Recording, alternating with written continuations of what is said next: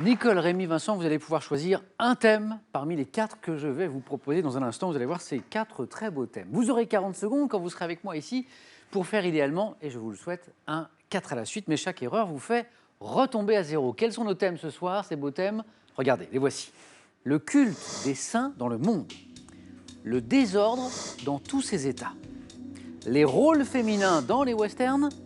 Et bien sûr, notre thème mystère que vous pouvez retrouver dès maintenant sur Twitter.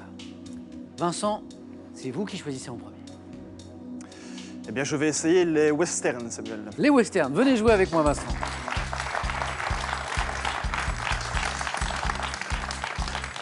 Les rôles féminins dans les westerns. Êtes-vous prêt? Essayez. Je suis prêt.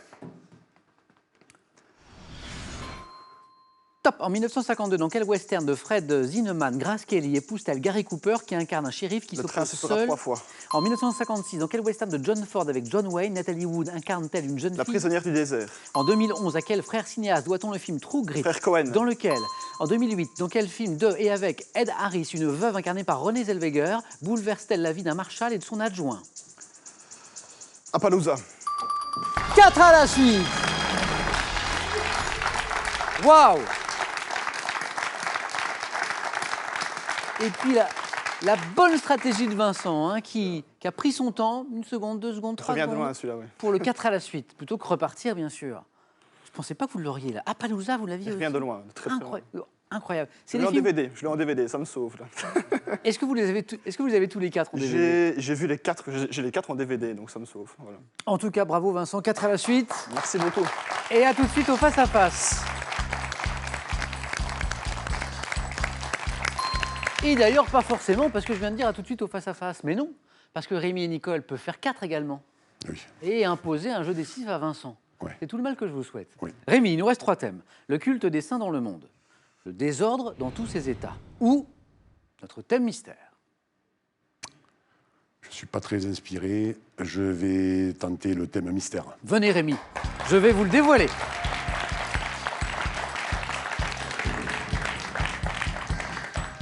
Vous aimez la géographie, les voyages? Oui, les voyages, beaucoup. Oui. Oh, les villes portuaires. Les villes portuaires, c'est pas mal pour quelqu'un qui aime les voyages. Ouais, on va essayer. Rémi, donc policier, passionné de rugby. Votre club de cœur? Sijan, D'accord. mon village d'origine. Et puis, pas seulement de rugby, de course à pied aussi. Oui, effectivement. Vous courez beaucoup? Je courais beaucoup, j'ai eu quelques années de santé, mais j'ai fait 18 marathons. 18 marathons. 18 marathons. Hein? Pas mal quand même.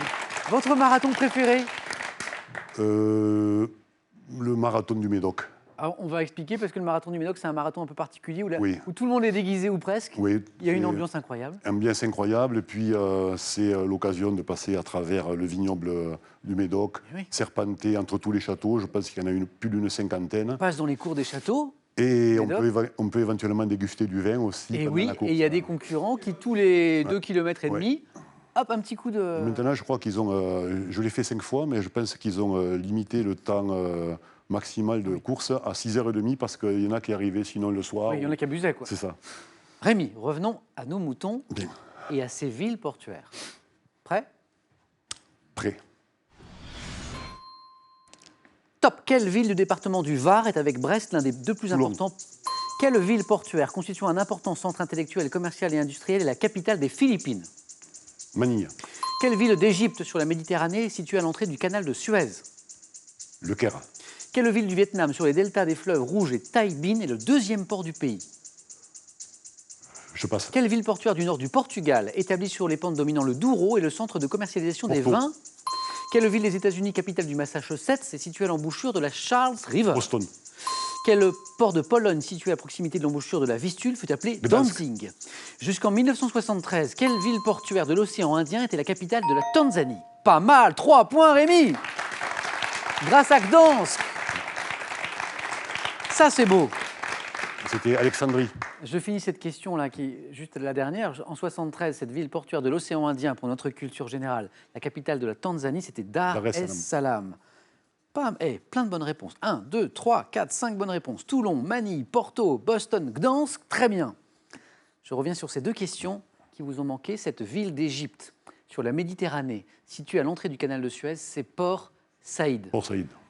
Et cette ville du Vietnam, sur les deltas des fleuves Rouge et Tai Binh, deuxième port du pays, c'est Haiphong.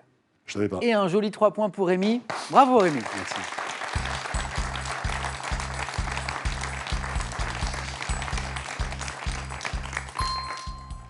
Bon, Nicole, toute championne qu'elle est, se dit que là, elle est tombée avec des concurrents d'un beau niveau ce soir. Très bon niveau. Donc, Nicole, votre mission, c'est au moins 3 points. Au moins 3 points pour rester dans la course. Mais ne vous interdisez pas de faire un 4 à la suite, c'est bien aussi. Avec l'un de ces deux thèmes, le culte des saints dans le monde ou le désordre dans tous ses états.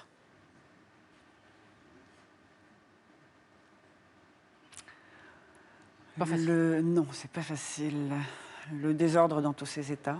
Venez, Nicole, le désordre dans tous ses états.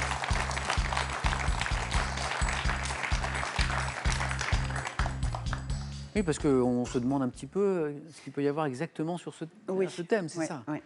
Eh bien, vous allez le découvrir dans un instant. Nicole, toujours très sportive, Oui, hein, ancienne oui. professeure d'EPS, c'est ça. de sport. Vous pratiquez toujours un sport? Oui, alors j'ai fait de la zumba, je fais aussi de l'aquagym.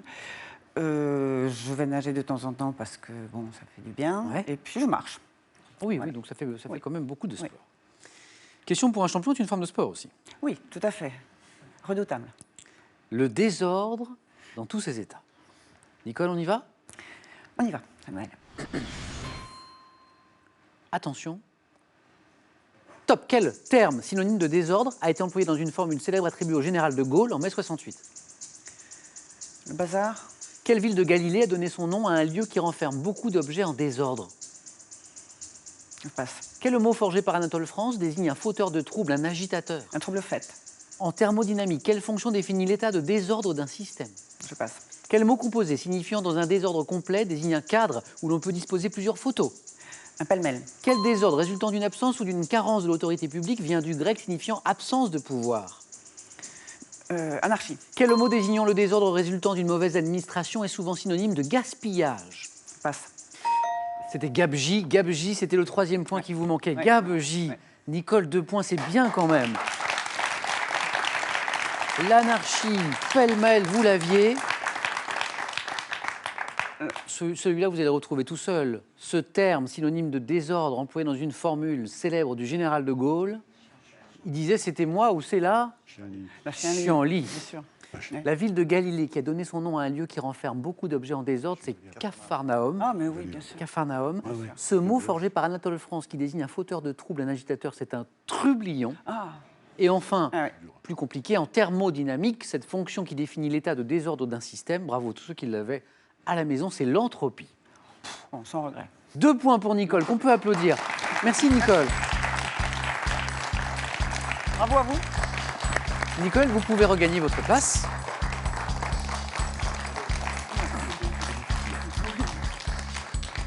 Nicole, je vous salue, mais je salue aussi tous vos amis qui sont venus et votre époux qui était très nombreux avec nous ce soir. Merci à vous.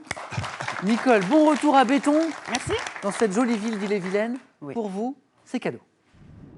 Les nouveaux bijoutiers, 170 bijouteries en France, ont le plaisir de vous offrir cette montre homme et cette montre femme Bering. Pour tout connaître des bases de la cuisine et de la pâtisserie, savourez l'excellence avec ces 2 magnifiques livres qui vous apprendront tout ce que vous devez savoir pour régaler vos papilles. À consommer sans modération. À vous de jouer maintenant pour gagner peut-être 25 000 €. La question, quelle variété de prune doit son nom à la première femme de François Ier? 2 possibilités. 1, la reine Claude. 2, la Mirabelle. La bonne réponse au 3243 pour le téléphone, par SMS, c'est 1 ou 2 que vous envoyez au 7 10 20 et tirage au sort parmi toutes les bonnes réponses. Avant d'aller un peu plus loin dans notre match, laissez-moi vous présenter cette très belle boule de Noël. Regardez, peinte à la main que l'UNICEF vous propose pour décorer votre sapin. Elle coûte 13 €. Regardez cette très très belle boule de Noël. 40 000 personnes en situation d'urgence ont pu bénéficier de 3 mois de soins l'an dernier grâce à elle et grâce à l'UNICEF. N'hésitez pas, c'est pour la bonne cause. Rémi, Vincent, bravo. Qui sera champion ce soir? Qui sera sacré champion? Eh bien, réponse dans un instant sur France 3.